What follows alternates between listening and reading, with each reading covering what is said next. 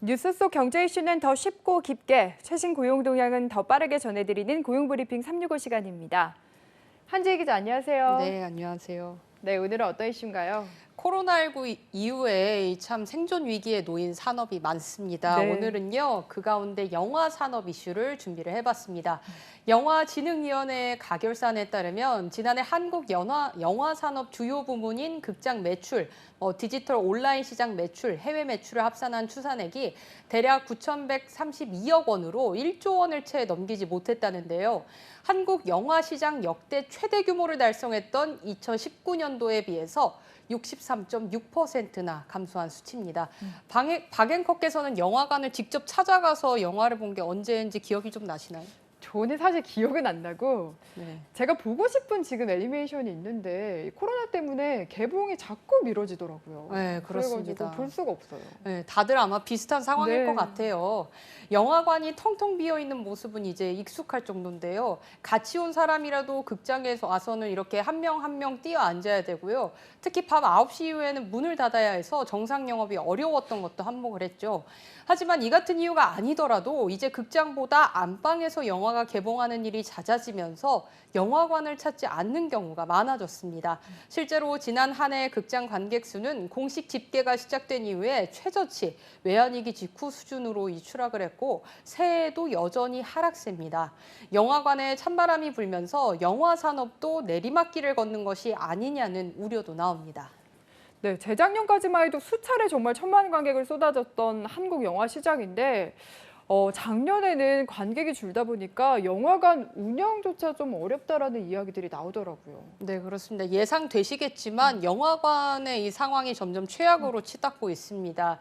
이 당장 국내 최대 멀티플렉스 극장이죠. 이 CGV는 지난해 이미 운영을 중단한 10개 지점에 올 초 4개 지점을 추가로 임시 휴업에 들어간 상황입니다. CGV 외에 메가박스나 롯데시네마 등 멀티플렉스 3사 역시 지난해 일부 지점 운영을 중단한 상황인데요. 곧장 일하던 사람들도 타격을 받을 수밖에 없는 상황입니다. 매출액을 들여다보면 이해가 갑니다. 매출을 안 들어봐도 사실은 대충 상상이 가는 게 영화관 문을 닫을 정도잖아요. 네, 그 상황을 제가 좀 말씀을 드릴게요. 업계 1위 CGV가 지난해 상반기에만 2천억 원의 적자를 봤습니다. 한 해 전과 비교를 해보면 반기 한 1조 원 정도의 매출을 냈는데 이게 3천억 원이 됐다고 하거든요. 영화관 전체 매출액도 약 5,104억 원으로 지난해 대비 73% 이상 급감한 상황입니다. 특히 영화업계의 극성수기로 꼽히는 12월은 월 매출도 124억 421만 원으로 전년 동기보다 93.3%나 떨어졌으니 사실상 매출이 거의 없다고 봐야겠죠. 네, 더 큰 문제는 앞으로 이게 언제 회복될지 알 수가 없다는 데 있는 게 아닐까요? 네, 그렇습니다. 그렇다 보니까 이런 위기는 사실 시작에 불과하다 이런 전망까지 나오고 있습니다. 관객 수도 매출도 줄어가는데 부담해야 할 고정비 지출은 영화관 업계를 더 어렵게 하고 있죠. 이 보통 영화관은 접근성이 좋은 곳에 위치해 있다 보니까 무엇보다 임대료 부담이 가장 큰데요. 위탁 운영을 하고 있는 개인 사업자는 물론이고 직영점을 운영하는 멀티플렉스 본사들도 한 목소리로 어려움을 호소하고 있습니다.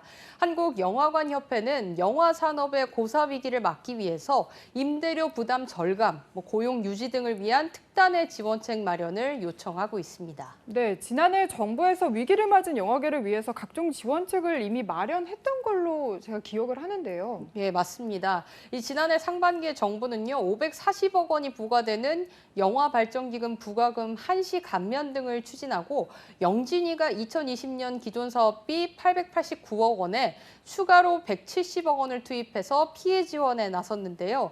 하지만 업계는 실질적인 지원이 되기에는 미흡하다면서 추가 대책 마련을 요구를 하고 있습니다. 이 최근에 영화관 근무자가 청와대 국민청원 게시판에 글을 올렸는데 코로나로 무너져가는 영화관과 배급사, 제작사를 제발 지켜달라고 호소하기도 했습니다. 네. 코로나19라는 대형 악재가 있기도 하지만 만약에 이게 회복이 되더라도 장기적인 관점에서 본다면 요즘에 또 전성기를 누리고 있는 넷플릭스나 왓챠 같은 서비스 있잖아요. 이런 서비스와의 경쟁도 앞으로 필요하지 않을까 싶은데 좀 어떻게 보고 계십니까? 말씀하신 넷플릭스 이런 걸 우리가 OTT 서비스라고 하거든요. 근데 이제 영화계와 극장가에서 주목할 만한 신규 플랫폼 정도로만 여겨졌던 이런 OTT 서비스가 코로나19라는 특별한 상황 속에서 극장의 대체제처럼 활용되고 있습니다. 신작들은 투자비라도 회수하기 위해서 사냥의 시간, 차임표 이런 영화처럼 OTT에서 바로 개봉하는 경우가 많습니다. 최근에는 제작비 240억 원의 대작이죠. 승리호까지 넷플릭스 단독 공개를 예고했습니다. 이렇다 보니 넷플릭스는 초고속 성장으로 지난해 국내 점유율만 40%를 넘겨서 국내 영화 산업에 막대한 영향을 끼치고 있습니다. 이에 전문가들은 극장 경영은 앞으로 더 어려워지지 않을까 이렇게 좀 전망을 하고 있습니다. 네, 그런데 저도 집에서 물론 이런 서비스를 통해서 영상을 많이 보긴 하지만 또 영화관에서 그 큰 스크린으로 볼 때의 그렇죠. 느낌과 많이 다르죠. 공감하시죠? 예, 저도 극장에서 큰 스크린으로 보는 거 참 많이 좋아하는데 네. 말씀하신 것처럼 이제 물론 OTT 서비스가 극장을 완전히 대체하기는 힘듭니다. 하지만 앞으로 제2의 제3의 코로나19가 등장할 가능성은 얼마든지 있고요. 그 사이 관객들의 영화 관람 패턴은 극장을 비껴가는 방식으로 고착화될 수 있다는 게 이 전문가들의 분석입니다. 게다가 넷플릭스의 독주 체제 속에서 많은 OTT 서비스들이 국내 출시를 앞두고 있습니다.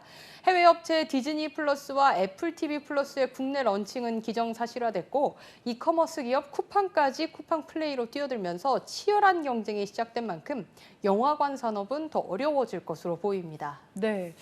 이렇게 OTT 서비스가 활성화된 게 대형 멀티플렉스에는 위기가 될 수 있지만 한편으로는 한국 콘텐츠를 많이 알렸다 하는 효과를 기대하는 것도 있더라고요. 네, 그렇습니다. 이 연금술사를 쓴 작가 코엘료가 한국 드라마를 극찬한 것이 화제가 되기도 했는데요.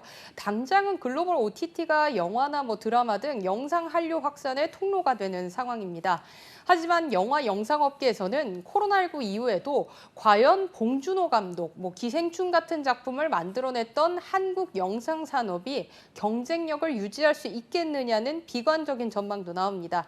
극장에서 개봉하는 영화의 경우에는 흥행은 곧 티켓 매출과 직결이 되고 많은 관객이 영화를 볼수록 투자 배급사와 제작사는 그에 비례하는 이익을 거두지만 OTT에 독점 공개하는 영화들은 현재로서는 정해진 수익밖에 받을 수 없는 구조이기 때문입니다. 네, 다음은 유용한 경제 용어만을 쏙쏙 골라 소개하는 뉴워드 시간이죠. 네, 오늘도 관련 단어를 소개해 주시나요? 네, 오늘은 넷플릭스 증후군이라는 단어를 준비를 해봤습니다. 이 방대한 콘텐츠 앞에서 결정장애가 나타나는 것을 이르는 말인데 사실 저도 넷플릭스 볼 때마다 어떤 걸 봐야 될까 고민이 참 많거든요. 이 넷플릭스에서 제공하는 영화나 드라마 등의 콘텐츠를 보는 시간보다 무엇을 볼지 저처럼 이렇게 결정하지 못해서 예고편만 보다가 끝나는 상황을 가리키는 용어입니다. 이렇다 보니까 실제 콘텐츠를 보는 시간보다 뭘 볼지 검색하는 데 더 많은 시간을 들이게 되는 겁니다. 결국 고민하다가 포기하고 잠에 들거나 어쩌다 선택한 콘텐츠에도 쉽게 집중을 하지 못하고 콘텐츠 목록을 다시 리모컨으로 살피거나 이런 경험 다들 해보셨을 것 같은데요. 이 심리학자에 따르면 선택지가 많아질수록 오히려 결정이 어려워지는 경향이 있는데 즐거움이 보장된 안정적인 선택을 하려다 보니까 결정이 더 어려워지는 것이라고 합니다. 네, 코로나19 때문에 최근 영화계와 공연계 등 많은 문화시설이 어려움을 겪고 있는데요. 일상처럼 영화관을, 미술관을 즐길 수 있었던 그날이 다시 오기를 바라봅니다. 오늘도 한지희 기자와 함께했습니다.